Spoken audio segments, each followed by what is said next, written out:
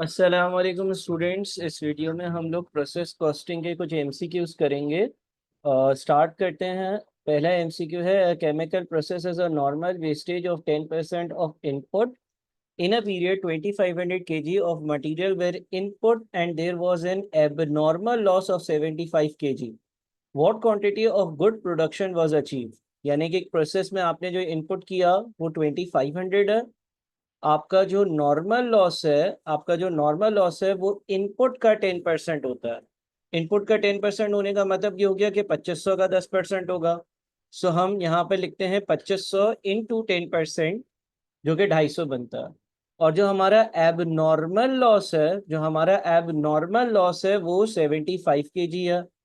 यानी कि हमारा जो एक्चुअल आउटपुट होगा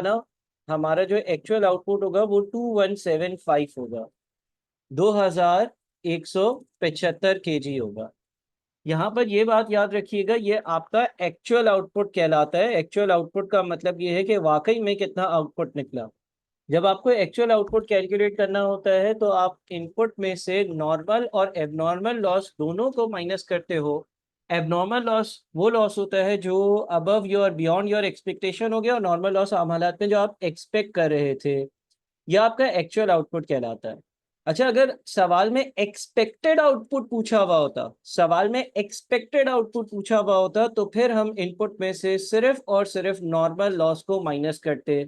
एक्सपेक्टेड आउटपुट का मतलब ये होता है कि जो आप एक्सपेक्ट कर रहे थे कि कितना आउटपुट निकलेगा। तो सवाल जरा देख लीजिएगा, यहाँ पर उसने बोला है what quantity of good production was achieve, यानी कि वाकई में कितना आउटपुट निकला, यानी कि एक्चुअल आउटपुट तो 2175 होगा।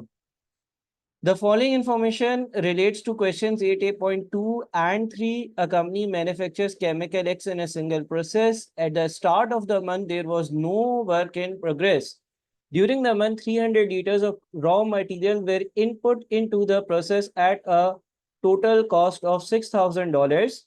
एक प्रोसेस जो है उसमें क्या हुआ कि आपने इनपुट किया मटेरियल का। ठीक है जी, मैं छोटा सा रफ एक टी अकाउंट बना देता हूँ जिस हद तक हमारे पास इंफॉर्मेशन है, शायद पूरा ना बन पाए। WIP ओपनिंग तो कुछ भी नहीं है। आपने जो मटेरियल का इनपुट करा उसकी जो क्वांटिटी है वो 300 लीटर्स है, और खर्चा जो है वो 6000 है। Conversion cost during the month amounted to 4500। Conversion cost का जो खर्चा है वो 4500 रुपये है। उसके बाद लिखा हुआ है at the end of the month 250 litres of chemical X transfer to finish goods, यानी कि इस प्रोसेस से जो आउटपुट निकला वो 250 था। ठीक है जी, ये आउटपुट है।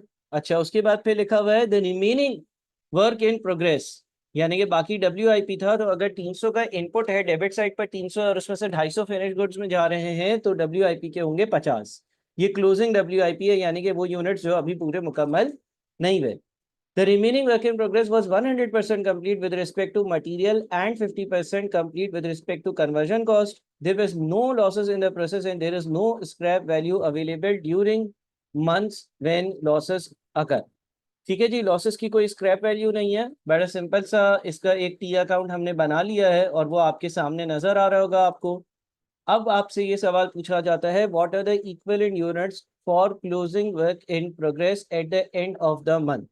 EPU पूछ रहा है। ठीक है जी, EPU पूछ रहा है। हमारे पास दो चीजें हैं, एक है फिनिश गुड्स, एक है क्लोजिंग WIP।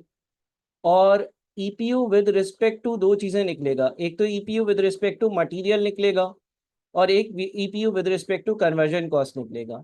देखिए, फिनिश गुड्स के 250 यूनिट्स हैं। फिनिश गुड्स में कोई चीज़ तब ही जाती है जब उस पर 100% मटीरियल लग चुका हो।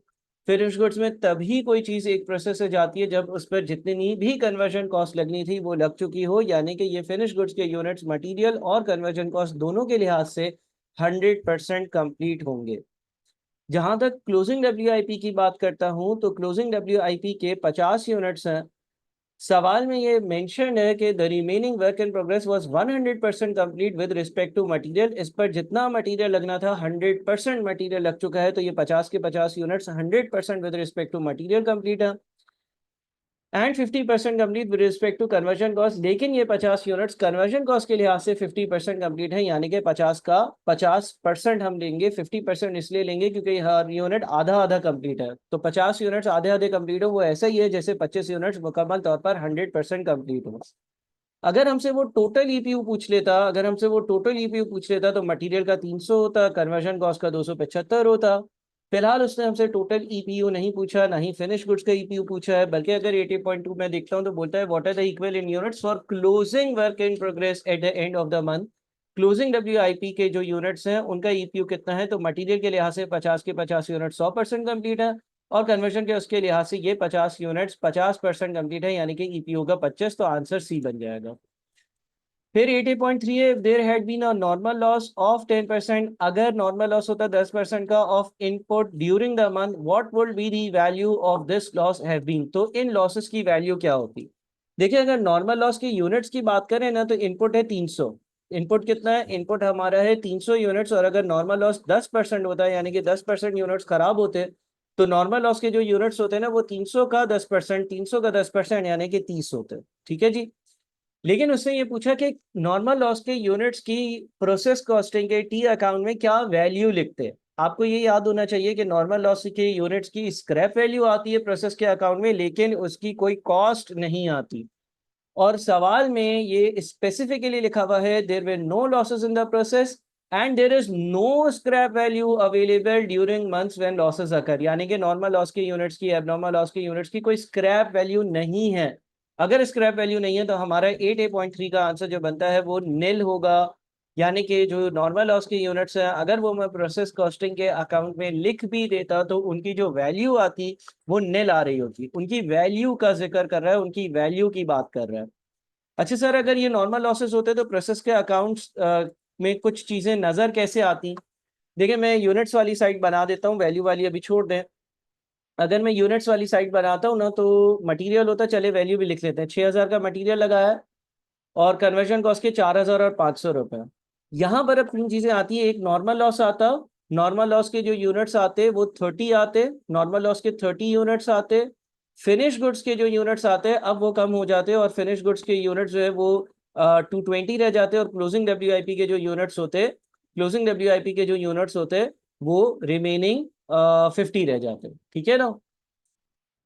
बहरहाल ये एक मैंने एज्यूम किया है कि जितने भी नॉर्मल लॉस थे वो फिनिश गुड्स के यूनिट्स को कम कर कर कर है, लेकिन सवाल का जाहिर सी बात है फिर डेटा भी पूरा होता और नॉर्मल लॉस के बारे में फर्दर इन्फॉर्मेशन भी होती, लेकिन कुछ इस तरह से आपका टी अकाउंट मोस्ट लाइकली नजर आ रहा होता। अच्छा एक और चीज सर, अगर ये ऊपर वाला केस होता क्या आप इसका टी अकाउंट पूरा कर सकते हो, क्या आप हमारे लिए प्रोसेस कॉस्टिंग का टी अकाउंट पूरा बना सकते हो ताकि एक्स्ट्रा एडिशनल अंडरस्टैंडिंग हो जाए। बिल्कुल कर सकता हूँ। मटेरियल आया 300, 6000 का, कन्वर्जन कॉस्ट की वैल्यू 4500, क्रेडिट साइड पर फिनिश गुड्स के 250 यूनिट्स, क्लोजिंग डब्ल्यूआईपी के 50 यूनिट्स। इनकी वैल्यूज भी अगर लिखनी होती तो वो कैसे लिखते।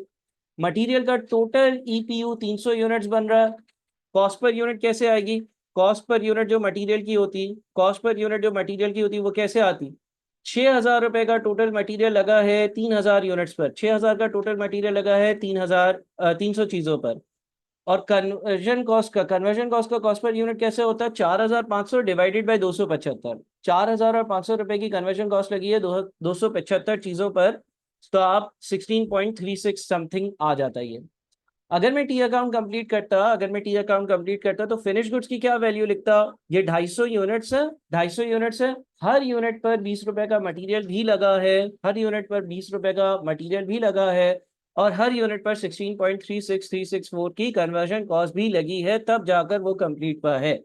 यानी कि इन 250 यूनिट्स की टोटल वैल्यू होती 9090.909, और जो क्लोजिंग डब्ल्यूआईपी के 50 यूनिट्स हैं, जो क्लोजिंग डब्ल्यूआईपी के 50 यूनिट्स हैं उन पे मटेरियल तो पूरा लगा है, यानी कि 50 इंटू 20 तो होता ही होता, plus 50 into 80% into 80%, sorry into 50%, 50% complete है ना, इंटू 50% इंटू 16.36364 भी होता। जो डब्ल्यूआईपी के यूनिट्स है उस पर 50 पर 20 रुपए के हिसाब से मटेरियल, लेकिन 50 इंटू 50% इंटू 16.36364 का जो कन्वर्जन कॉस्ट का अमाउंट है वो होता। अब आप देखें डेबिट और क्रेडिट साइड बैलेंस हो जाती। आपकी डेबिट साइड पर यूनिट्स कितने आ रहे हैं भाई, 300 आ रहे हैं, और खर्चा कितना आ रहा है, 10,500 आ रहा है। क्रेडिट साइड पर यूनिट्स कितने आ रहे हैं, 300 आ रहे हैं, और खर्चा कितना आ रहा है, 10,500 आ रहा है। तो इस तरह से आपका टी अकाउंट बनता, जरूरत नहीं थी लेकिन मैंने एडिशनल एक काम कर दिया। 80.4 पर आते हैं, in particular process the input for the period was 2000 units, input कितना है भाई, इनपुट है आपका 2000 units. There were no inventories at the end और at the beginning of the process. Normal loss is 5% of input. Normal loss input का 5% होता है, normal loss input का 5% होता है, यानी कि 2000 इंटू 5%, 2000 इंटू 5%, 2000 इंटू 5%, ये आपके जो है ना नॉर्मल लॉस होता है। एक्सपेक्टेड आउटपुट, एक्सपेक्टेड आउटपुट, आप क्या एक्सपेक्ट कर रहे थे कि क्या आउटपुट आएगा? सर आप एक्सपेक्ट कर रहे थे कि 2000 यूनिट्स इनपुट करोगे, 100 यूनिट्स का नॉर्मल लॉस होगा, तो आपका एक्सपेक्टेड आउटपुट 1900 था। आप एक्सपेक्ट कर रहे थे कि जो आउटपुट होगा वो 1900 होगा। एक्सपेक्टेड आउटपुट कैसे आता है? इनपुट में से नॉर्मल लॉस को माइनस कर दो, या अगर नॉर्मल लॉस है वो 5% है इनपुट का, 2000 का बाकी 95% आपका एक्सपेक्टेड आउटपुट होगा। ये वो आउटपुट है जो आप एक्सपेक्ट कर रहे थे।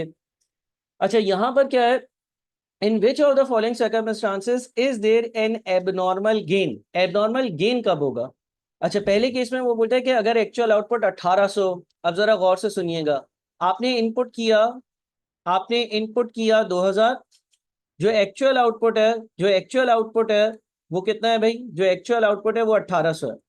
इसका मतलब एक्चुअल लॉस, एक्चुअल लॉस कितना हुआ है? एक्चुअल लॉस कितना हुआ है? एक्चुअल लॉस जो हुआ है पहले केस में वो 200 यूनिट्स का हुआ है। ये जो 200 यूनिट्स का एक्चुअल लॉस हुआ है, इसमें से 100 यूनिट्स तो नॉर्मल लॉस आप एक्सपेक्ट कर ही रहे थे, लेकिन 100 यूनिट्स का एक्स्ट्रा लॉस हो गया, वो एबनॉर्मल लॉस कहलाता है। एबनॉर्मल लॉस कब आता है? एबनॉर्मल लॉस तब आता है जब आपके एक्चुअल लॉस जो है वो नॉर्मल लॉस से ज्यादा हो। आपने एक्सपेक्ट किया था कि 2000 में से 1900 यूनिट्स बच जाएंगे, 100 यूनिट्स खराब होंगे, लेकिन 200 यूनिट्स खराब हुए एक्चुअली। तो 100 तो नॉर्मल है जो आप एक्सपेक्ट कर रहे थे, लेकिन 100 आपकी एक्सपेक्टेशन से ज्यादा है। दूसरे केस में क्या होगा? दूसरे केस में आपके पास इनपुट अगेन, आपका इनपुट जो है वो कितना है भाई? आपका इनपुट जो है वो 2000 है, और आपका जो एक्चुअल आउटपुट है वो 1950 है, यानी कि जो एक्चुअल लॉस है, जो एक्चुअल लॉस है वो कितना है? 50 है। अगर एक्चुअल लॉस 50 है, आप एक्सपेक्ट क्या कर रहे थे? सर मैं एक्सपेक्ट कर रहा था कि 100 यूनिट्स का नॉर्मल लॉस होगा, लेकिन यहाँ तो 100 यूनिट्स का एक्चुअल लॉस भी नहीं हुआ, 100 से कम यूनिट्स का लॉस हुआ है, सिर्फ 50 यूनिट्स का लॉस हुआ है। तो आप कहते हो कि 50 यूनिट्स का एबनॉर्मल गेन है। एबनॉर्मल गेन का मतलब यह है कि मेरी एक्सपेक्टेशन से 50 यूनिट्स का लॉस कम हुआ है, एबनॉर्मली गेन हुआ है मुझे। और आखिरी केस में अगर एक्चुअल आउटपुट भी 2000 हो और एक्चुअल इनपुट भी 2000 हो, इनपुट भी 2000 है, आउटपुट भी 2000 है, तो कोई लॉसेस नहीं है, किसी किस्म के कोई भी लॉसेस नहीं है, जीरो लॉसेस है। इस केस में आपका जो नॉर्मल लॉस था, इस केस में जो आपका नॉर्मल लॉस था वो 100 यूनिट्स था। अगेन आपका एबनॉर्मल गेन होगा 100 यूनिट्स का, क्योंकि आपका जो लॉस हुआ है वो आपकी एक्सपेक्टेशन से, वो आपकी एक्सपेक्टेशन से कम हुआ है। ठीक है जी, क्लियर है यहाँ तक बात? यहाँ तक बात क्लियर है आप लोगों को?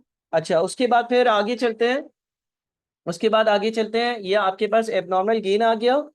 इस केस में भी आपके पास एबनॉर्मल गेन होगा, क्योंकि आपके जो लॉसेस हैं वो आपकी एक्सपेक्टेशन से कम हैं। आपके पास जो लॉसेस हैं वो आपकी एक्सपेक्टेशन से कम है। सवाल क्या था? In which of the following circumstances is there an abnormal gain? कौन से केस में एबनॉर्मल गेन होगा?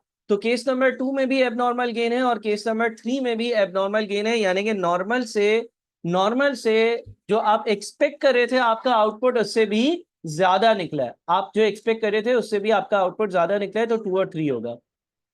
80.5 पर रहते हैं। In process account how are abnormal losses valued? Abnormal loss को कौन सी वैल्यू दी जाती है? क्या स्क्रैप वैल्यू दी जाती है? नहीं। प्रोसेस का अकाउंट जब बनाते हैं तो एबनॉर्मल लॉसेस की स्क्रैप वैल्यू उसमें मेंशन नहीं करते हैं।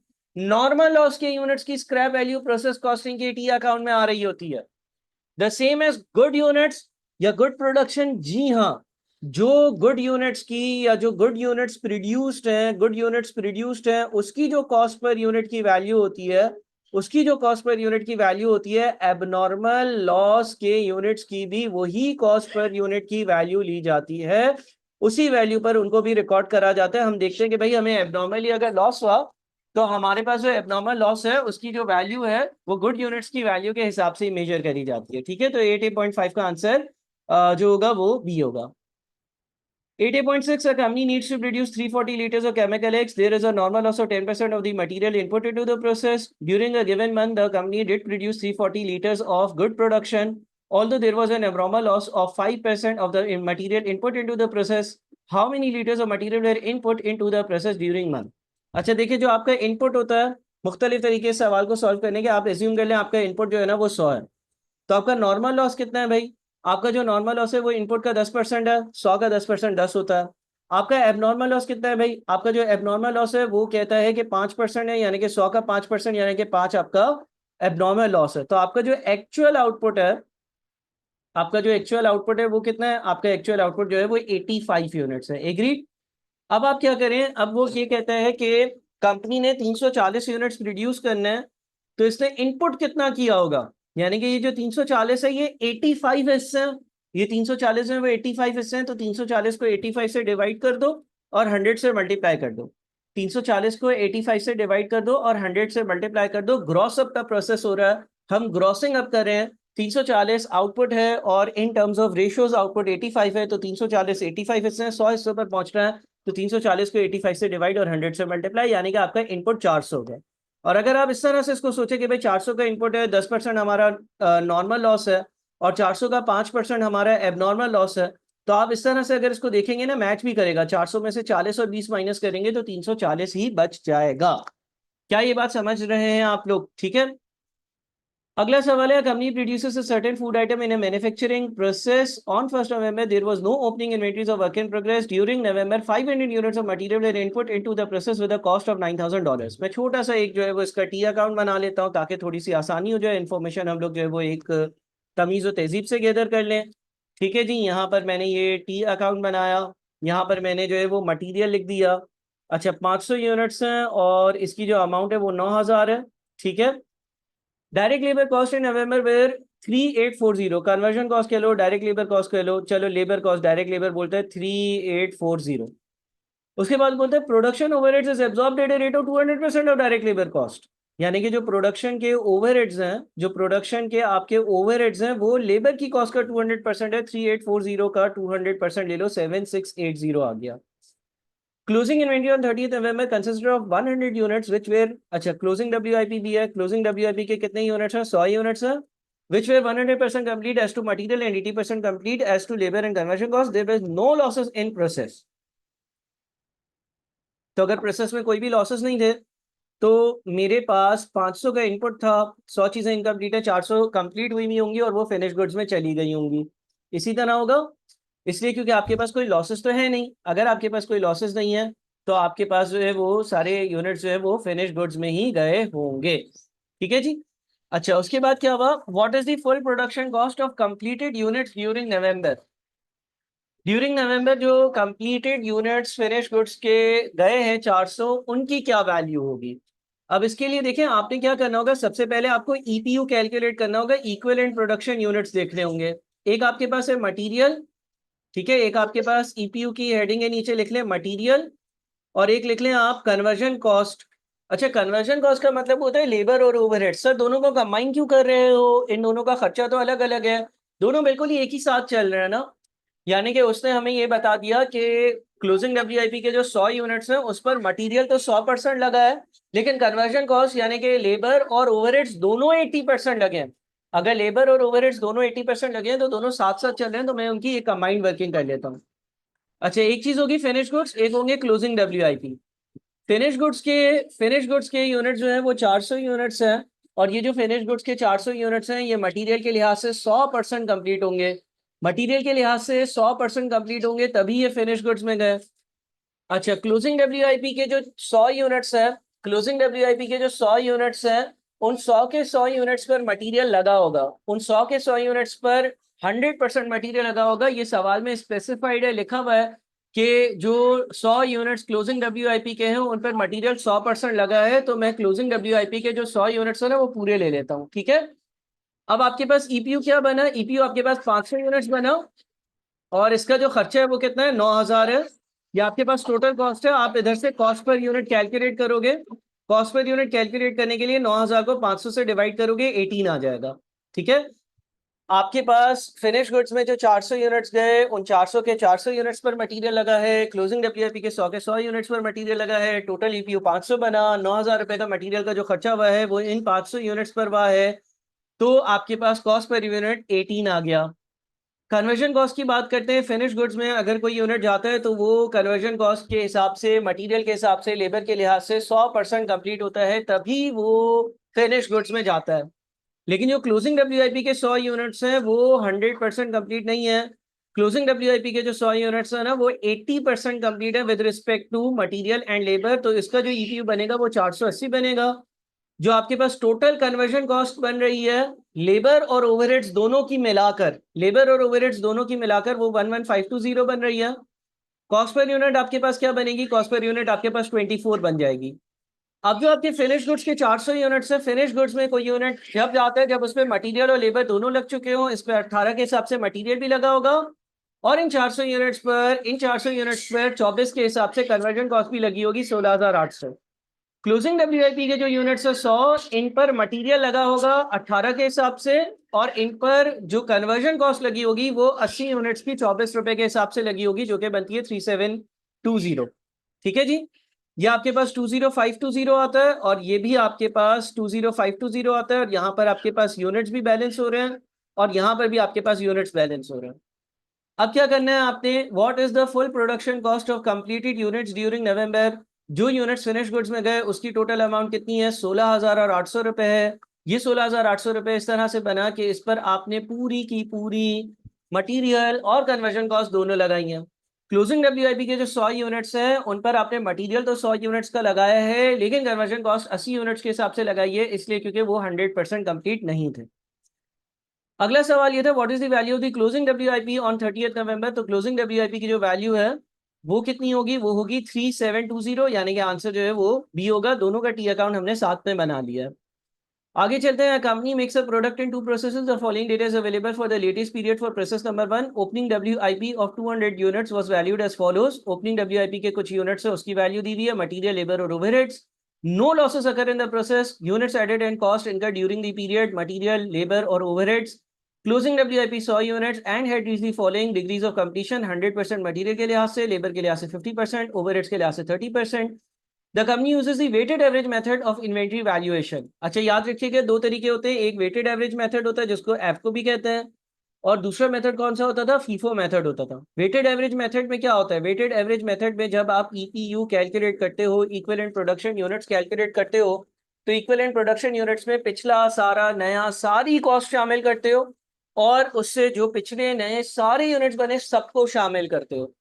तो अगर मैं EPU की बात करूंगा और अच्छा सवाल क्या, how many equivalent units are used when calculating the cost per unit in relation to overheads? उसने हमसे EPU पूछा है ओवरहेड्स का, ओवरहेड्स का EPU पूछा है। ठीक है जी। सबसे पहले तो आप क्वांटिटी शेड्यूल बना लो। सबसे पहले तो आप एक आसान सी चीज बना लो जिसको हम कहते हैं क्वांटिटी शेड्यूल।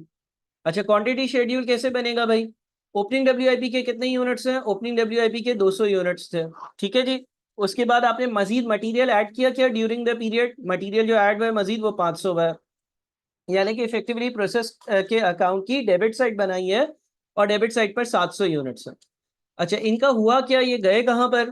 तो क्या कोई लॉसेस है? अगर शुरू से सवाल पढ़े, company makes a product in 2 processes, the following data is available for the latest period for process 1। Opening WIP है, लिखा हुआ है no losses occur in the process, यानी कि इसमें से फिनिश गुड्स में कितने यूनिट्स चले गए और क्लोजिंग WIP के कितने यूनिट्स हैं? क्लोजिंग WIP के 100 यूनिट्स है, ये मेंशन है, लिखा हुआ है। अगर क्लोजिंग WIP के 100 यूनिट्स है तो बाकी यूनिट्स कहाँ होंगे? बाकी यूनिट्स जो है ना वो आपके फिनिश्ड गुड्स में गए होंगे 600 यूनिट्स। जब हम ओवरहेड्स के लिए EPU कैलकुलेट करेंगे तो फिनिश गुड्स के 600 यूनिट्स लेंगे क्योंकि इन 600 यूनिट्स पर ओवरहेड्स लगा होगा तभी ये जाकर और गए होंगे अपने फिनिश गुड्स में। और क्लोजिंग WIP के जो यूनिट्स हैं, क्लोजिंग WIP के जो 100 यूनिट्स हैं ना, इनका हम लेंगे सिर्फ और सिर्फ 30%। इनका हम 100% नहीं लेंगे, इनका हम सिर्फ और सिर्फ 30% लेंगे और इस तरह से ये 630 पूरा आएगा। ये याद रहे कि देखिए जो हमारी डेबिट साइड है वही यूनिट्स इफेक्टिवली क्रेडिट साइड पर गए जिन पर कॉस्ट लगी है। एफको मेथड में, एवरेज कॉस्ट मेथड में हम ये देखते हैं कि भाई जो भी हमने कॉस्ट लगाई, चाहे इस साल चाहे पिछले साल, जितनी भी कॉस्ट इनकर हुई वो कहाँ लगी, जितनी भी कॉस्ट इनकर हुई वो कहाँ लगी? तो जितनी भी हमने कॉस्ट इनकर करी है वो सारी की सारी या तो हमारे फिनिश गुड्स के यूनिट्स पर लगी है या तो क्लोजिंग WIP के यूनिट्स पर लगी है, यानी कि इन 630 यूनिट्स पर लगी होगी। ठीक है जी। अच्छा तो ये 8.9 का आंसर सी हो जाएगा। उसके बाद फिर 8.10 पर आते हैं। What is the value of the units transferred to process 2? जो यूनिट्स प्रोसेस 2 में ट्रांसफर में उनकी क्या वैल्यू होगी? यानी कि वो ये पूछ रहा है कि जो फिनिश गुड्स जो यहाँ से ट्रांसफर हुए, ट्रांसफर टू प्रोसेस टू, यहाँ से जो प्रोसेस टू में यूनिट्स गए 600 यूनिट्स, प्रोसेस वन से टू में गए होंगे, टू से फिर फिनिश गुड्स में आगे गए होंगे, इनकी क्या वैल्यू है। अच्छा, इसके लिए करना ये होगा कि हम तीनों चीजों का ईपीयू कैलकुलेट कर लेते हैं। ये तो ओवरहेड्स का ईपीयू था। उसके बाद इसी तरह से मटेरियल का ईपीयू निकाल लेते हैं। मटेरियल का ईपीयू निकालेंगे, फिनिश गुड्स के जो 600 यूनिट्स है उन पर मटेरियल लगा ही लगा होगा। क्लोजिंग डब्ल्यूआईपी के जो यूनिट्स हैं, क्लोजिंग डब्ल्यूआईपी के कितने यूनिट्स हैं, 100 यूनिट्स हैं। क्या हर यूनिट मटेरियल के लिहाज से 100% कंप्लीट है? जी हाँ, 100% कंप्लीट है। इसी तरह से हम ईपीयू ढूंढ लेते हैं, इसी तरह से हम ईपीयू ढूंढ लेते हैं लेबर का। लेबर का ईपीयू ढूंढ लेते हैं। लेबर का ईपीयू फिनिश गुड्स के 600 यूनिट से वो हर लिहाज से लेबर के से भी कंप्लीट होंगे। अच्छा, फिनिश गुड्स के बजाय यहाँ ट्रांसफर टू प्रोसेस टू लिख देता हूँ, ट्रांसफर टू प्रोसेस टू लिख देता हूँ और ट्रांसफर टू प्रोसेस टू लिख देता हूँ। क्लोजिंग डब्ल्यूआईपी के कितने यूनिट्स हैं? क्लोजिंग डब्ल्यूआईपी के जो है ना वो 100 यूनिट्स हैं। क्लोजिंग डब्ल्यूआईपी के 100 यूनिट्स हैं और क्लोजिंग डब्ल्यूआईपी के जो 100 यूनिट्स है वो लेबर के लिहाज से 50% कंप्लीट है, यानी कि इसका ईपीयू आया 650। ठीक है, इसका ईपीयू 650 आया और मटेरियल का ईपी जो है वो 700 आ रहा है। ठीक है जी, और यहाँ पर क्लोजिंग डब्ल्यूआईपी सही है, प्रॉपर्ली लिख देते हैं। अब हम कॉस्ट पर यूनिट कैलकुलेट कर लेते हैं। कॉस्ट पर यूनिट कैसे कैलकुलेट करी जाती है? तीन चीजें हमारे पास, ओवरहेड्स हैं, मटेरियल है और लेबर है। ओवरहेड्स की टोटल कॉस्ट कितनी लगी है? ओवरहेड्स की जो टोटल कॉस्ट हमने इनकर करी है 400 रुपये पिछले साल। गौर से देखिएगा, गौर से देखिएगा, 400 रुपये की ओवरहेड्स की कॉस्ट पिछले सालों में लगी है। 400 रुपये की ओवरहेड्स की कॉस्ट पिछले सालों में लगी है और 1490 की कॉस्ट इस साल लगी है। ये याद रखिए कि जब हम एवरेज कॉस्ट मेथड यूज करते हैं, हम एफको मेथड यूज करते हैं, हम वेटेड एवरेज मेथड यूज करते हैं, तो हम पिछले साल और इस साल की लगी हुई सारी कॉस्ट को ऐड करते हैं। पिछले साल की और इस साल की सारी कॉस्ट को ऐड करते हैं। ये फीफो से अलग है। First in first out method में चीजें अलग रखी जाती हैं। एफको में पिछले और इस साल सारी ओवरहेड्स की कॉस्ट जो हमने इनकर करी उसको ऐड कर कर उसके ईपीयू से डिवाइड किया जाता है। इसी तरह से मटेरियल की पिछले सालों में जितनी भी कॉस्ट लगी जमा इस साल जितनी भी कॉस्ट लगी, यानी कि 6000 और इसके ईपीयू से डिवाइड किया जाएगा। अगेन इसमें पिछले साल की कॉस्ट भी है, इसमें इस साल की मटेरियल की कॉस्ट भी है। ये आपने याद रखना है, बहुत अच्छे से याद रखना है कि एफको में या वेटेड एवरेज में और फीफो में डिफरेंस है।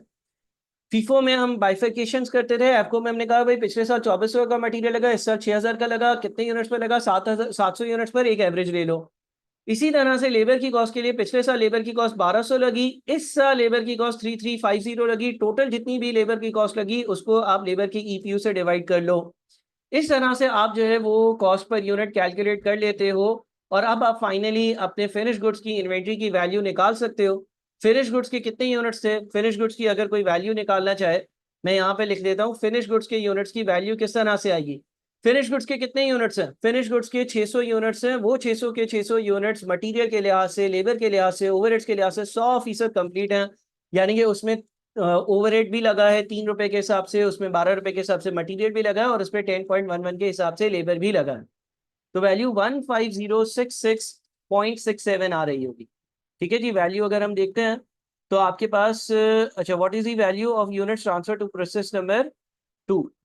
ठीक है, यही थे ना यूनिट्स। एक मिनट, मैंने हो सकता है कि कोई कैलकुलेशंस में मसला किया हो, मैं जरा इसको एक मिनट देख लेता हूँ। हमने पिछला पार्ट किया था how many equivalent units are when overheads. ठीक है, ओवरहेड्स के 630 थे। अच्छा जी, जरा इसको एक मिनट चेक कर लेते हैं। और हमारे पास मटेरियल 12 रुपये आ रहा है। लेबर की कितनी कॉस्ट है? पिछले सालों की लेबर की कॉस्ट 1200 है, इस साल की लेबर की कॉस्ट कितनी है? 3350 है। और ये गलती करी थी हमने। ठीक है जी, हमारे पास जो प्रोसेस टू में ट्रांसफर यूनिट्स में वो 600 है, तो लेबर का ईपीयू जो है वो 950 है और 950 ईपीयू है। तो ये आपके पास तकरीबन 4.8 बन रहा है। मैं दोबारा से एक बार इसको वापस से चेक कर लूँ। 1200 और 3350, ठीक है, और इक्विवेलेंट यूनिट जो है वो यहाँ गलती की है हमने। क्लोजिंग डब्ल्यूआईपी के जो 100 यूनिट्स हैं, क्लोजिंग डब्ल्यूआईपी के जो 100 यूनिट्स है लेबर के लिहाज से वो 50% कंप्लीट है, तो 650 आना चाहिए और 7 रुपये बनना चाहिए। ठीक है, अब सारी चीजें मैंने एक मिस्टेक कर दी थी, उसको मैंने यहाँ पर रेक्टिफाई कर दिया है। तो आपके पास फिनिश गुड्स में जो यूनिट्स जाने वाले हैं ना उसकी वैल्यू 13,200 रुपये होगी। यही इसने हमसे पूछा था। अच्छा, यहाँ पर कोशिश करते हैं कि इसका हम टी अकाउंट भी बना लें। आई डोंट नो कि इन्फॉर्मेशन इतनी है कि वो बन पाएगा या नहीं, लेकिन अगर हम बनाने की तरफ जाएं और हम जितना मैक्सिमम टी अकाउंट बना सकते हैं वो बना लें अगर इसी सवाल का, इसी इंफॉर्मेशन का, तो वो कुछ इस तरह से नजर आएगा कि सबसे पहले यहाँ पर ओपनिंग WIP होगा, फिर नीचे मटेरियल होगा, लेबर होगा, ओवरहेड्स की कॉस्ट होगी, कोई लॉसेस नहीं है तो कुछ चीजें जो है वो ट्रांसफर टू प्रोसेस 2 होंगी और कुछ चीजें क्लोजिंग WIP में होंगी। ओपनिंग WIP के कितने यूनिट्स थे?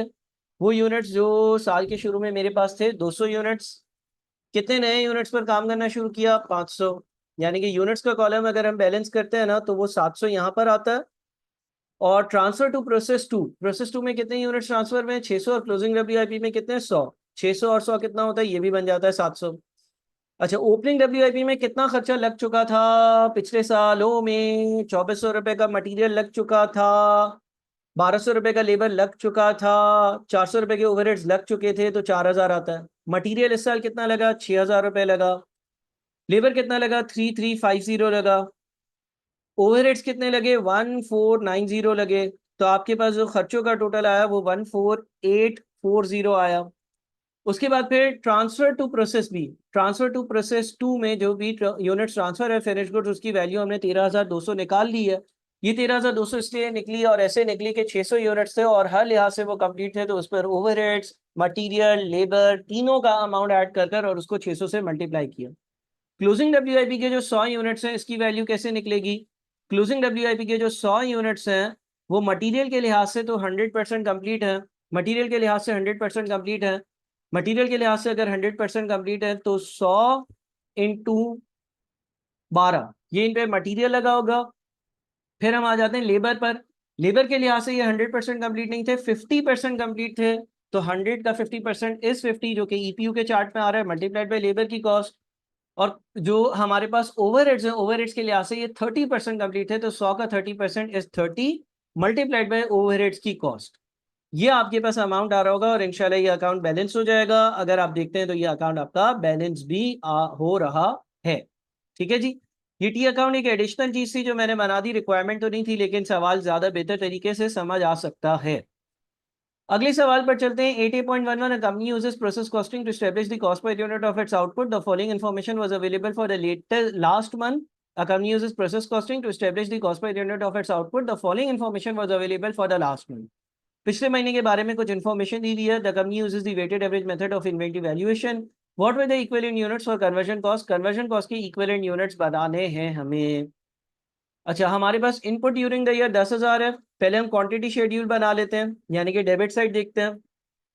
डेबिट साइड पर एक तो ओपनिंग WIP होगा। ओपनिंग WIP के 300 यूनिट्स है। और दूसरी चीज़ है आपका इनपुट। इनपुट यानी कि जो मटेरियल इस साल आपने इस्तेमाल किया वो 10,000 है। ठीक है। तो आपके पास टोटल कितना हो गया? 10,000 और 300 हो गया। अच्छा, क्रेडिट साइड पर क्या हुआ? आपके पास क्लोजिंग WIP लिखी हुई आ रही है और आपके पास आउटपुट लिखा हुआ है। आउटपुट यानी कि यहाँ से जो फिनिश गुड्स में गया होगा या दूसरे प्रोसेस में गया होगा वो 9850 है। और क्लोजिंग WIP जो है वो 450। तो ये कितना हुआ टोटल होकर? ये भी 10,000 और 300 हो गया। अब हमारा मेथड है वेटेड एवरेज मेथड है और हमें क्या करना है? हमें EPU ढूंढना है कन्वर्जन कॉस्ट का। अच्छा, जो यूनिट्स आउटपुट में गए हैं वो कन्वर्जन कॉस्ट के लिहाज से 100% कंप्लीट होंगे तभी वो आउटपुट में गए। जो यूनिट्स क्लोजिंग WIP के हैं कन्वर्जन कॉस्ट के लिहाज से वो 30% कंप्लीट है, तो हम इसका ले लेंगे 30% सिर्फ और सिर्फ। यानी कि हमारा टोटल आंसर होगा 9985। हमारा टोटल आंसर होगा 9985। ये वेटेड एवरेज कॉस्ट के हिसाब से हमारी EPU की वैल्यू होगी। 8A.12 A company uses process costing to value its output. The following was recorded for the period. Input जो आपने किया, conversion cost जो लगाई, normal loss, actual loss, there was no opening or closing inventory. What was the valuation of 1 unit of output to 1 decimal place? एक company process costing use करती है। नीचे आपको डेटा दिया हुआ है। इनपुट वाली साइड चले, मटेरियल यहाँ पर हमने 2000 यूनिट्स और एक यूनिट की वैल्यू 4.5 है। एक यूनिट की वैल्यू 4.5 है, यानी कि टोटल मटेरियल का खर्चा 9000 है। मैं एक तरह से आपका जो है ना वो प्रोसेस का अकाउंट ही बना देता हूँ ताकि थोड़ी सी आसानी हो जाए, चीज़ें बेहतर तौर पर नज़र आ जाती हैं। एक कॉलम इनपुट का है और एक कॉलम जो है वो आपके कॉस्ट और अमाउंट्स का है। तो आपके पास जो है वो 2000 यूनिट्स हैं और उन पर आपने 9000 का खर्चा लगाया है, पर यूनिट खर्चा 4.5 का है। अच्छा, उसके अलावा कन्वर्जन कॉस्ट है, कन्वर्जन कॉस्ट 13340 की लगी है। ठीक है। उसके बाद नॉर्मल लॉस है 5% of input valued at $3 per unit. Normal loss के यूनिट्स है, नॉर्मल लॉस के यूनिट्स कितने हैं, इनपुट का 5% यानी कि 2000 का 5% आपके नॉर्मल लॉस के यूनिट्स है विच इज 100। और उसके नीचे क्या लिखा हुआ है, उसके नीचे लिखा हुआ है एक्चुअल लॉस, एक्चुअल लॉस के 150 यूनिट्स है। अच्छा, अगर एक्चुअल लॉस के 150 यूनिट्स है इसका मतलब 50 यूनिट्स का एबनॉर्मल लॉस है। अगर एक्चुअल लॉस के 150 यूनिट्स है तो इसका मतलब एक्चुअली 150 यूनिट्स का लॉस हुआ है, जिसमें से 100 का एक्सपेक्टेड था, नॉर्मल था, और एबनॉर्मल जो है वो 50 यूनिट्स का। अच्छा, बाकी यूनिट्स फिनिश गुड्स में चले जाएंगे तो फिनिश गुड्स में कितने यूनिट्स जाएंगे भाई, 2000 यूनिट्स अगर थे, अगर 2000 यूनिट्स थे तो 2000 में से 150 माइनस कर दें तो 1850 यूनिट्स फिनिश गुड्स में जाएंगे। ठीक है जी, ये आपके पास जो है वो फिनिश गुड्स के मैंने यूनिट्स भी मेंशन कर दिए। क्लियर है? अच्छा, अब हमें क्या करना था, हमें ये करना है कि जो आउटपुट के यूनिट्स है ना उसकी वैल्यू निकालनी है। अच्छा, आउटपुट के यूनिट्स की जो वैल्यू निकालनी है, क्या इसमें कोई परसेंटेज दी हुई है कंप्लीशन की? नहीं। अच्छा, बड़ी आसान सी वर्किंग थी एक, लेकिन चलें इसको थोड़ा सा हमने लंबा कर दिया, हमने टी अकाउंट बना दिया, आपकी आसानी हो गई।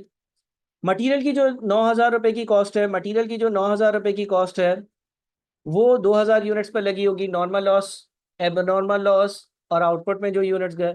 कन्वर्जन कॉस्ट की जो 13340 की कॉस्ट है, कन्वर्जन कॉस्ट की जो 13340 की कॉस्ट है वो भी आपके सारे यूनिट्स पे लगी होगी। अच्छा, लेकिन हाँ एक चीज, हम जब यहाँ पर कॉस्ट पर यूनिट निकालते हैं, जब हम कॉस्ट पर यूनिट कैलकुलेट करते हैं तो कॉस्ट पर यूनिट कैसे कैलकुलेट होता है, cost divided by expected output. Actual output की बेसिस पर नहीं निकालते, एक्सपेक्टेड आउटपुट की बेसिस पर निकालते हैं। आम हालात में जो आप एक्सपेक्ट कर रहे थे कि जो आपका आउटपुट होगा, एक्सपेक्टेड आउटपुट की बेसिस पर ये कैलकुलेट किया जाता है। यहाँ पर आपके पास स्क्रैप वैल्यू भी है, नॉर्मल लॉस के जो 100 यूनिट्स है, नॉर्मल लॉस के जो 100 यूनिट्स है वो 3 रुपए के हिसाब से स्क्रैप आउट हो जाएंगे, बिक जाएंगे। 300 रुपए की कॉस्ट की रिकवरी भी हो जाएगी। तो इस हिसाब से आपके पास जो कॉस्ट टोटल है वो कितनी है, 9000, और आपके पास 13340, और उसमें से आपकी जो स्क्रैप वैल्यू है वो माइनस कर दी आपने 100 रुपए की, और इसको आपने एक्सपेक्टेड आउटपुट से डिवाइड कर दिया। आपका एक्सपेक्टेड आउटपुट क्या होगा, आपका एक्सपेक्टेड आउटपुट 1900 होगा, क्योंकि आप एक्सपेक्ट कर रहे थे कि 1900 यूनिट्स प्रोसेस से बाहर निकलेंगे। आपका जो एक्सपेक्टेड आउटपुट था उससे डिवाइड करते हैं हम, ये याद रखिएगा। हम एक्चुअल आउटपुट से 1850 से डिवाइड नहीं करते, हम एक्सपेक्टेड आउटपुट से डिवाइड करते हैं। तो ये जो एबनॉर्मल लॉस के 50 यूनिट्स हैं इनकी वैल्यू भी 11.6 के हिसाब से होगी, और जो ये 1850 फिनिश गुड्स के यूनिट्स हैं इनकी वैल्यू भी 11.6 के हिसाब से होगी। डेबिट और क्रेडिट साइड की टोटल वैल्यूज अगर देखते हैं तो मैच कर रही हैं, यानी कि हमारे पास फिनिश गुड्स के एक यूनिट की वैल्यू 11.6 और सारे यूनिट्स की वैल्यू 21460 है, और 11.6 हमारा आंसर। ठीक है जी, 80.13 पर चलते हैं। Company operates a continuous process into which 3000 units of material costing 9000 were input in a period. Conversion cost for this period were 11970 and losses which have a scrap value of $1.50 are expected at a rate of 10% of input. There were no opening or closing inventories and output for the period was 2900 units. What was the output valuation? Output के जो units है उसकी क्या value होगी? Again आसानी के लिए T account बना लेते हैं। आसानी के लिए टी अकाउंट बनाकर सबसे पहले यूनिट्स वाला कॉलम मुकम्मल किया जाए तो बेहतर होता है, तो यूनिट्स वाला कॉलम बना लेंगे हम। हमारे पास क्या कोई ओपनिंग WIP है, a company operates a continuous process into which 3000 units of material costing 9000 were input। तो मटेरियल लिखा, 3000 लिख दिया यूनिट्स की जगह पर और 9000 लिख दिया कॉस्ट की जगह पर। Conversion cost for the period were 11970 की कन्वर्जन कॉस्ट है, which have a scrap value of $1.50। और जो आपके पास conversion cost for the period लिखा हुआ है which have a scrap value, अच्छा कोई अगर यूनिट्स की स्क्रैप वैल्यू होगी तो वो 1.5 होगी। Are expected and losses which have a scrap value at 1.50 are expected at a rate of 10% of input. तो नॉर्मल लॉस कितना होगा, नॉर्मल लॉस 3000 का 10% यानी कि 300 होगा। ये 300 यूनिट स्क्रैप हो रहे होंगे और स्क्रैप होकर 1.5 के हिसाब से बिक रहे होंगे, 450 की रिकवरी होगी। There were no opening or closing inventories and output for the period was 2900। Finish goods में कितने जा रहे हैं, 2900 जा रहे हैं। अब यहाँ पर आपके पास अगर आप यूनिट्स का कॉलम देखते हैं तो क्रेडिट साइड पर 3200 आ रहा है, डेबिट साइड पर भी 3200 आना चाहिए। इसका मतलब क्या हुआ, इसका मतलब ये हो गया कि इस सवाल में 200 यूनिट्स का क्या है, इस सवाल में 200 यूनिट्स का एबनॉर्मल गेन है, इस सवाल में 200 यूनिट्स का एबनॉर्मल गेन है। ठीक है जी, अच्छा, अब आप अपनी कॉस्ट पर यूनिट कैलकुलेट कर लें। कॉस्ट पर यूनिट कैसे कैलकुलेट होगी? कॉस्ट पर यूनिट कैलकुलेट करने के लिए आप क्या करते हैं कि आप अपना जितनी भी कॉस्ट है, 9,000 की एक कॉस्ट है, प्लस 11,970 की एक और कॉस्ट है, माइनस नॉर्मल लॉस की यूनिट्स बेचकर जो स्क्रैप वैल्यू आ गई जो कि 450 है। मैं सारी चीजें लिंक कर देता हूँ। 9,000 की एक कॉस्ट है, 11,970 की दूसरी कॉस्ट है, माइनस 450 रुपए नॉर्मल लॉस की यूनिट्स बिक कर रिकवरी हुई है, डिवाइडेड बाय एक्सपेक्टेड आउटपुट। अब आपका एक्सपेक्टेड आउटपुट कितना है? 3,000 यूनिट्स का 10% आप एक्सपेक्ट कर रहे थे कि लॉस हो जाएगा, तो 90% आप एक्सपेक्ट कर रहे थे कि आपके पास आउटपुट में बच जाएगा। आपकी कॉस्ट पर यूनिट जो है ना वो 7.6 है। लिहाजा ये 2,900 यूनिट्स जो है ये भी 7.6 पर वैल्यूड होंगे, और ये जो 200 यूनिट्स है ये भी 7.6 पर वैल्यूड होंगे। और आपके पास देखिएगा, आप डेबिट और क्रेडिट साइड बैलेंस हो रही होगी।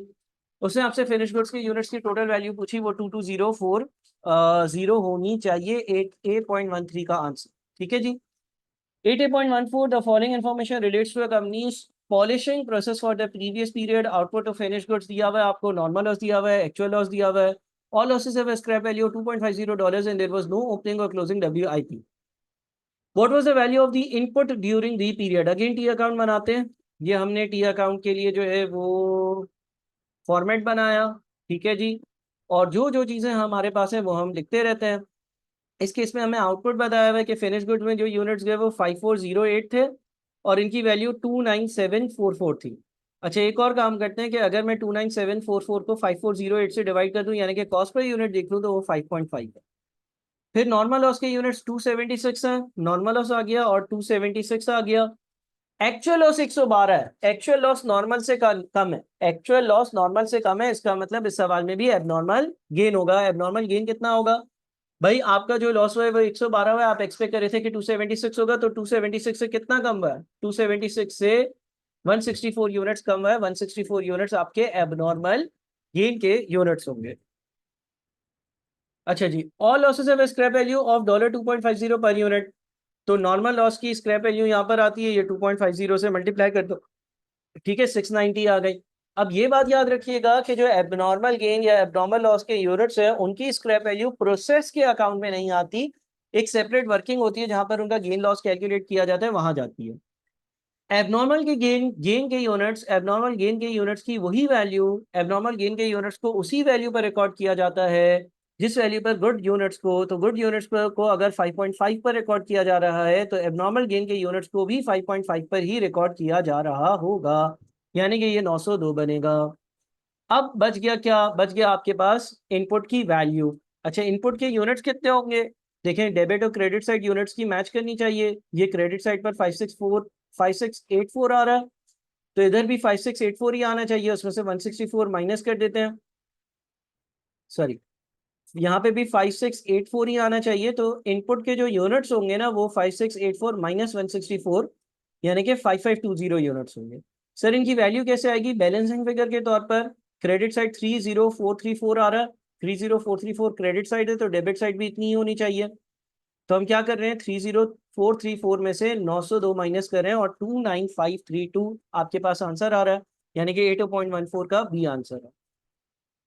80.15 which of the following statements about process losses are correct? Process losses के बारे में कौन सी इंफॉर्मेशन सही है? Units of normal loss should be valued at full cost per unit. Normal loss के जो यूनिट्स होते हैं उनको प्रोसेस के अकाउंट में उनकी स्क्रैप वैल्यू पर रिकॉर्ड किया जाता है। Units of abnormal loss should be valued at scrap value. Abnormal loss के जो यूनिट्स हैं उनको गुड यूनिट्स की जो कॉस्ट पर यूनिट होती है उसी पर वैल्यू किया जाता है। तो दोनों स्टेटमेंट्स गलत हैं। उससे पूछा था कौन से जुमले सही हैं? नीदर ऑफ देम, यानी कि डी आंसर होगा। कोई भी, नाइदर ऑफ देम यानी कि कोई भी सही नहीं है। 80.16 the following question is taken from this. Normally no losses are expected from a process. आम हालात में कोई भी लॉस नहीं होता। Any abnormal losses are sold for scrap. Abnormal loss के यूनिट्स को स्क्रैप में बेचा जाता है। Which of the following calculates the net cost to the company of 1 unit of abnormal loss? Abnormal loss के एक यूनिट की जो वैल्यू होगी वो कैसे कैलकुलेट करी जा सकेगी? ये याद रहे कि एबनॉर्मल लॉस के यूनिट्स की जो वैल्यू होगी वो उतनी ही होगी जितनी हमारे नॉर्मल जो गुड यूनिट्स होते हैं उसकी होती है। यानी कि कैलकुलेट करने का तरीका क्या होता है? Cost minus scrap value. सारी कॉस्ट में से टोटल स्क्रैप वैल्यू माइनस कर लो, और फिर इसको डिवाइड कर दो एक्सपेक्टेड आउटपुट से, ठीक है, ये फॉर्मूला होता है cost divide minus scrap value सारे यूनिट्स की डिवाइडेड बाय एक्सपेक्टेड आउटपुट। अच्छा ऐसा भी कर सकते हैं कि इसको अगर हम ब्रेक करें, इसको हम ब्रेक करें तो कॉस्ट को पहले आप एक्सपेक्टेड आउटपुट से डिवाइड कर लो और उसमें से माइनस कर दो टोटल स्क्रैप वैल्यू जितनी भी है डिवाइडेड बाय एक्सपेक्टेड आउटपुट। इस तरह से भी कर सकते हो, ठीक है, ऐसे भी लिखा हुआ हो सकता है। क्या आपने per unit cost per unit को में से per unit scrap value minus कर दी। अब यहाँ पर क्या हुआ है, यहाँ पर लिखा हुआ है टोटल इनपुट की cost divided by actual output. नहीं, एक्चुअल तो होना ही नहीं चाहिए, डिवीजन में एक्सपेक्टेड आउटपुट होना चाहिए, इसलिए ये आंसर नहीं। बी में लिखा हुआ है total input cost divided by expected input output units. हाँ, ये तब फॉर्मूला यूज होगा जब स्क्रैप वैल्यू ना हो, लेकिन अगर स्क्रैप वैल्यू होगी तो उसको भी माइनस करना चाहिए, लिहाजा बेहतर ये है कि ये वाला फॉर्मूला कहीं पे लिखा हुआ हो। अगला देखते हैं total input cost minus total scrap value divided by expected output के यूनिट्स, ठीक है। टोटल इनपुट कॉस्ट जितनी भी इनपुट की कॉस्ट है माइनस टोटल स्क्रैप वैल्यू। अच्छा सर, अब ये टोटल स्क्रैप वैल्यू ये तो मुझे सही फॉर्मूला लग रहा है। देखें, इस चीज को याद रखें कि जो स्क्रैप वैल्यू माइनस होती है, अगर आप इस फॉर्मूले के तहत चल रहे हो तो जो स्क्रैप वैल्यू माइनस करोगे वो स्क्रैप वैल्यू सिर्फ और सिर्फ नॉर्मल लॉस के यूनिट्स की स्क्रैप वैल्यू होगी। जब आप टी अकाउंट बनाते हो उसमें नॉर्मल लॉस के यूनिट्स की स्क्रैप वैल्यू आती है। टोटल स्क्रैप वैल्यू का क्या मतलब है, टोटल स्क्रैप वैल्यू का मतलब ये है कि नॉर्मल लॉस के यूनिट्स की स्क्रैप वैल्यू और एब नॉर्मल लॉस यूनिट्स की स्क्रैप वैल्यू दोनों। तो ऐसा तो नहीं है ना कि नॉर्मल लॉस के यूनिट्स की स्क्रैप वैल्यू और एबनॉर्मल लॉस के यूनिट्स की स्क्रैप वैल्यू दोनों हो। नहीं सर, ऐसा नहीं है, सिर्फ और सिर्फ नॉर्मल लॉस के यूनिट्स की स्क्रैप वैल्यू को माइनस किया जाता है। तो ये थोड़ा सा डिसीव करने के लिए आपको था। आखिरी देखते हैं टोटल इनपुट की cost divided by expected output unit cost. ये एक्सपेक्टेड कॉस्ट पर यूनिट आ जाएगी जिसमें से स्क्रैप माइनस नहीं है, minus scrap value per unit. ये ज्यादा बेहतर लग रहा है। सर यहाँ पे भी तो ये नहीं लिखा कि नॉर्मल लॉस की scrap value per unit scrap value तो बराबर ही होती है ना। अच्छा, उसके बाद 80.17 the following question is taken from the September to June 2018 exam period. A process is subject to a normal loss of 12% of input. हम एक काम करते हैं, एक प्रोसेस का अकाउंट बना लेते हैं, ठीक है जी। एक प्रोसेस का जो अकाउंट है ना वो हम बना लेते हैं, ये ज़्यादा बेहतर होगा हमारे लिए। और इस अकाउंट में क्या करते हैं, बोलता है process is subject to a normal loss of 12% of input. Losses can be sold for $5 per kg. In the last period, 10,000 kg of material costing 100,000 were input into the process. तो input पर हम लिख देते हैं, क्या लिखते हैं भाई, इनपुट पर 10,000 kg लिख देते हैं और इसकी वैल्यू 100,000 लिख देते हैं। Conversion cost for the period way 50,000, conversion cost के साथ हम 50,000 लिख देते हैं। And output was 9200 units. Output जो है वहां पर हम 9,200 लिख लेते हैं, ठीक है ना। नॉर्मल लॉस कितना होगा, नॉर्मल लॉस जो होगा, नॉर्मल लॉस जो होगा वो इनपुट का 12% होगा, यानी कि 10,000 का 12% होगा, 10,000 का 12% 1200 होगा। What is the credit to the statement of profit और loss from the abnormal gain account in the last period. बड़ा अच्छा सवाल है। देखिए, आपके पास नॉर्मल लॉस के यूनिट्स आ गए, आपके पास आउटपुट के यूनिट्स आ गए, आपके पास इनपुट आ गया, इनपुट की कॉस्ट आ गई, कन्वर्जन कॉस्ट आ गई। अच्छा जी, अब आप देखें कि एबनॉर्मल गेन है या एबनॉर्मल लॉस है। तो आपके पास जो क्रेडिट साइड है उस पर आ रहे हैं कितने यूनिट्स, 10,000 और 400, यानी कि यहाँ पर आपका एबनॉर्मल गेन है 400 यूनिट्स का, तब जाकर ये 10,000 और 400 पर बैलेंस होगा। पहली चीज ये हो गई। अब दोनों साइड पर 10,000 400 आ जाएगा। अच्छा, कॉस्ट पर यूनिट, यहाँ पे नॉर्मल लॉस के जो यूनिट्स हैं इनकी स्क्रैप वैल्यू होगी तो वो आएगी। नॉर्मल लॉस के यूनिट्स की कोई स्क्रैप वैल्यू दी हुई है, बिल्कुल दी हुई है, losses can be sold at $5 per unit. 6,000 रुपये इनकी स्क्रैप वैल्यू आ गई। अब हम क्या करेंगे, हम ये करेंगे कि कॉस्ट पर यूनिट निकालते हैं। कॉस्ट पर यूनिट के लिए आपने 100,000 plus 50,000 minus 6,000 divided by expected output. Expected output क्या था, 10,000 का, 10,000 का कितना परसेंट, 10,000 का 88%, तो वो आ जाता है 16.36 समथिंग। तो इन यूनिट्स को मैंने मल्टीप्लाई कर दिया 16.36 समथिंग से, और इन यूनिट्स को भी मैंने मल्टीप्लाई कर दिया 16.36 समथिंग से, और देख लेते हैं कि दोनों साइड्स बैलेंस हो रही हैं या नहीं। ये तो हमारा प्रोसेस का टी अकाउंट बन गया। याद रखिएगा, ये जो हमने बनाया है ये तो हमने अपने प्रोसेस का टी अकाउंट बना लिया है, और हमारे पास जो टी अकाउंट आया है वो कुछ इस तरह से आ रहा है, ठीक है जी। लेकिन अभी बात खत्म नहीं हुई। उससे हमसे पूछा था what is the credit to the statement of profit and loss. Statement of profit और लॉस में मैं क्या क्रेडिट करूंगा, यानी कि इनकम्स में ऐड करूंगा from the abnormal gain account in the last period.